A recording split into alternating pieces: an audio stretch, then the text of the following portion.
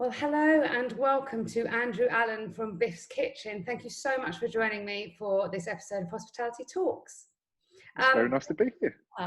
Thank you. And for those of you out there who don't know who Andrew is or who Biff's Kitchen are, I'll leave you with him to give you a quick introduction.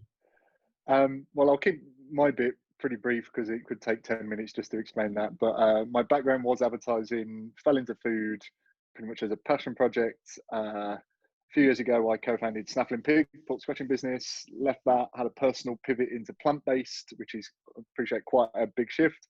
And now that's all I focus in. I'm involved with sort of 5-6 brands, but my day job per se is Biff's, or Biff's Kitchen. And we are a vegan junk food brand, in inverted commas, junk in style, not in substance. I've practiced that, as you can tell. And we started in street food, and then I came involved and we pivoted into a product-focused business, particularly with food service initially. And now we have a big project with Brewdog that makes us the biggest plant-based delivery brand in the UK at the moment.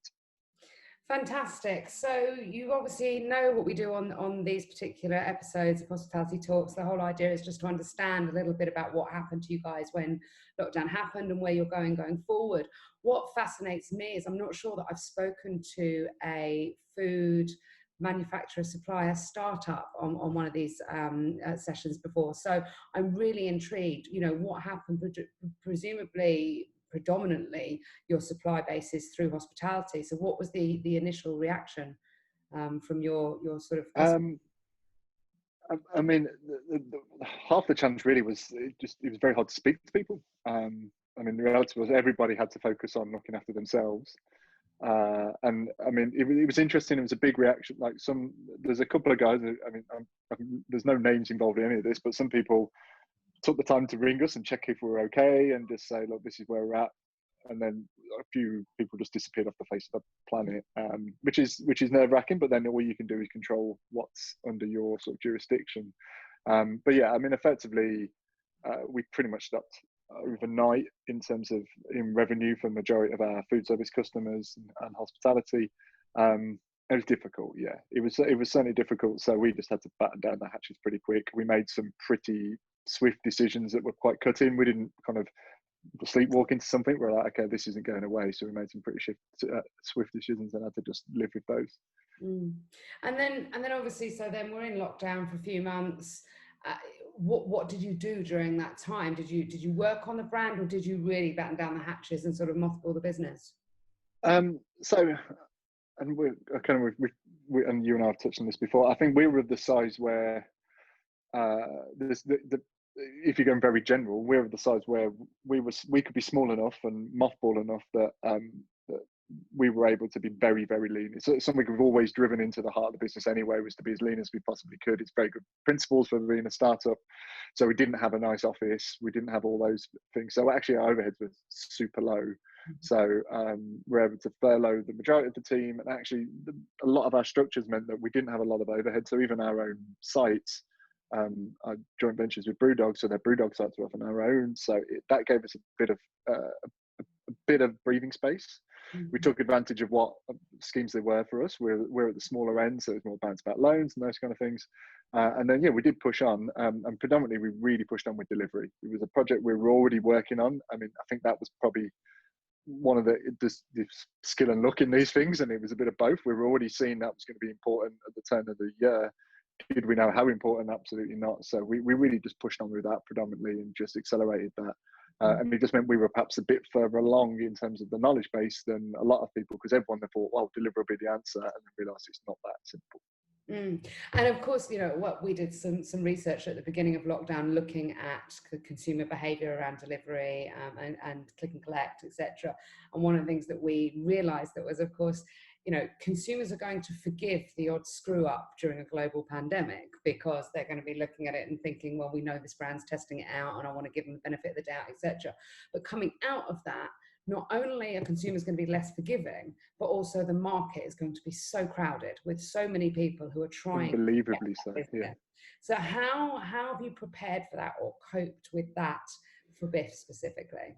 I mean, it's always been a Biff has always been a brand first business. So aside from food service, we do out some of our own stuff, and there's a retail plan as well. But it's always been about the brand as a platform first and foremost. And having come from street food meant we've got that.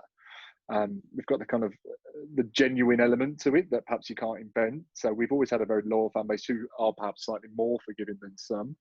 But the reality is you've just got to really understand the space. And actually, I think that the goodwill and the grace thing ended quite quickly. Like if you have been at home all week and you order your one treat takeaway and it's terrible, yeah, like it didn't last very long. So it's understanding the nuances of all the platforms. It's understanding what's really going to make them tick, about how you're going to go from just being listed and halfway down the page to being at the top, and all of those things. And just been really honest as well. You know, when things have gone wrong, we've held our hands up. If something doesn't work out, you don't try and make it just cover up. You just say this was wrong. You make it right as well as you can, and you move on. And supposedly as well, some more research that we've seen is that reviews are obviously playing a much larger part than they were prior to lockdown, because you wanted, if like you say, if you are going to get that one takeaway, you want to make sure that it's from the place that does the best, you know, in your area. So have you had any kind of policy around reviews, or have you changed anything that you do with regards to that side of things with consumers? Yeah, well, I mean, it's fundamentally like it's still hospitality, but it's in a completely different environment, right? So pretty much like that bag getting handed into your hand is equivalent to somebody opening the door to you saying hello. So that initial, we used to talk about unboxing, I guess it's an unbagging exercise when it comes to delivery. It's so important, and making, and again, this is where I think it's probably harder for the bigger chains, is that how do you bring in that personality and put it across and make it meaningful? It really relies on the team putting it together and making sure that they add a bit of personality.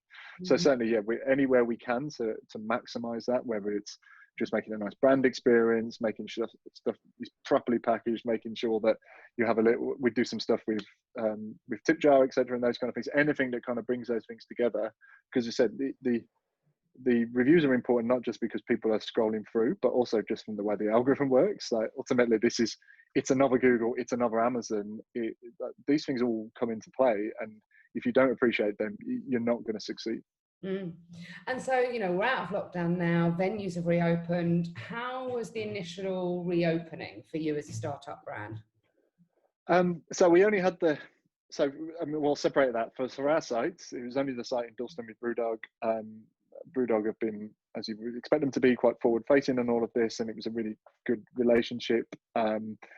Interestingly, we were worried that because we control the kitchen and Brewdog control the booze effectively, and that if the wet sales are theirs and the dry sales are ours, we kind of thought because it was table bookings, perhaps it would be detrimental to us, because people are coming, they're going to sit there. You're not going to be able to turn tables per se or move someone to the bar if they're just drinking. But actually, perhaps because of the space we're in as well, being kind of plant-based, but you've got that, it's a bit more destination. It was really positive. We were up very quickly. And then from a sort of supply point of view, it's been good actually. One of the biggest costs we thought we were going to have was more the opportunity cost around the momentum we were building. We'd put a plan in place, a strategic plan in place, I mean, raising money and getting the product to market and everything that really focused on this summer, which of course we never had. And we'd picked up a core listing with Bid Food, and we were out, so we'd been out and done all their shows, and you met a lot of customers. And obviously, a lot of those customers have much bigger things to worry about than the independent brand that's trying to get the vegan products on their menu sorted. So it's been interesting, but it has been. I mean, we've come out. If you'd have told me we'd be where we are now in the middle of lockdown, I would have been extremely happy. Okay, that's good. Well, that's definitely a positive from my point of view. And of course, we've seen that veganism as a trend, and I mean a trend, not a fad, as in it is continuing and it is growing, has grown during lockdown. I think that some of that reasoning behind that is because people are more aware of what they're putting in their bodies. If you're cooking your own 3 meals a day and you're eating your own snacks every day, you know, and you've got that time to learn to cook, etc., or cook better, then we can see that veganism has been, you know, has been a winner out of lockdown. What's next? What's next for the brand? I mean, I'm not going to ask you what's next for the country, because let's be honest, and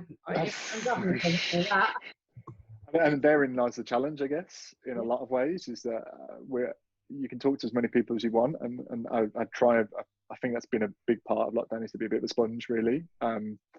but we were all second guessing, right? No one saw the way things come out at the moment makes it so difficult from that planning. So I guess you have to take it all in, and it's almost, there are clear opportunities for us, so we're planning for those, but at the same time you've got one eye on complete doomsday.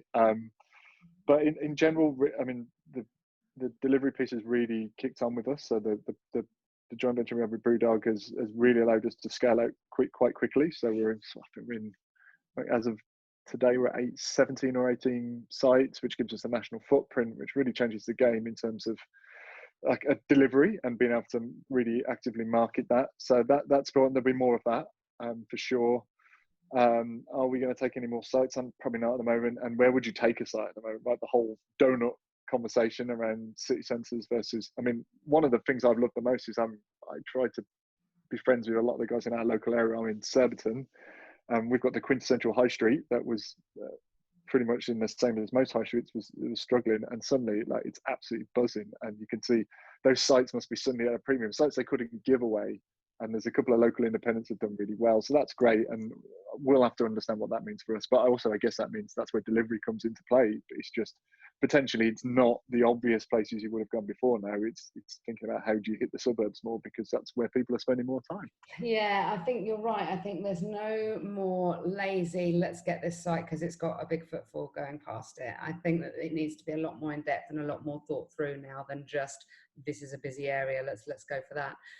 So I just want to finish off then, Andrew, with, because I'm a big admirer of the Biff's brand.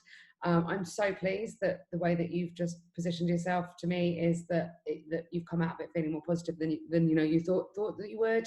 That I'm really, really pleased for you. What advice would you give? You've been involved in a lot of startups, and to be involved in a startup going through a global pandemic is quite something in a cap. What advice would you give to anyone out there that is looking to do what you've done with the Biff's brand? I mean, it's difficult, isn't it? There's certainly been a lot of it's just been there's been some skill in terms of, or sticking to those principles, like that the lean element is really important, right? Let's not be silly. We don't need to go and get ourselves a lovely space to work from and have that quite glamour office and those kind of things.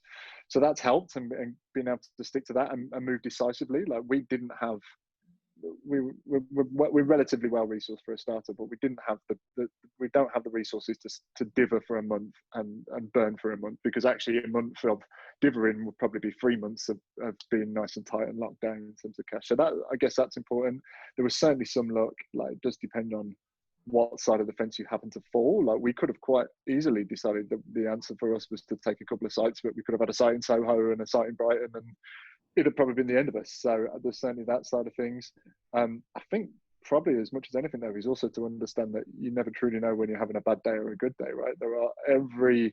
There are stories coming out of it every day of someone that was at some place that suddenly, for one reason or another, has had their own personal change of circumstances, and it's presenting opportunities, right? Rents are going to change.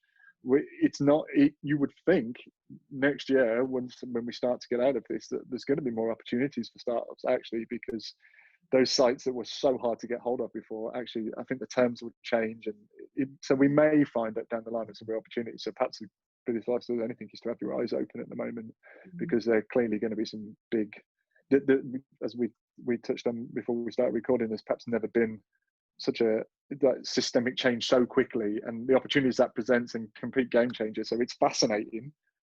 It's just, sadly, we're all in the middle of it as well. But I think that's probably as much important as anything at the moment, is just keep your eyes open and don't believe anything you previously believed to be the truth for the future. I couldn't agree more, and that's a perfect way to stop the interview, Andrew. You've been enlightening and entertaining as always. Thank you so much. A quick little thank you to the cameo appearance from Tony Soprano, the cat, who now raining has decided he lives in my office, which is a joy. Andrew Allen from Biff's Kitchen, thank you so much for your time. No problem. Thank you.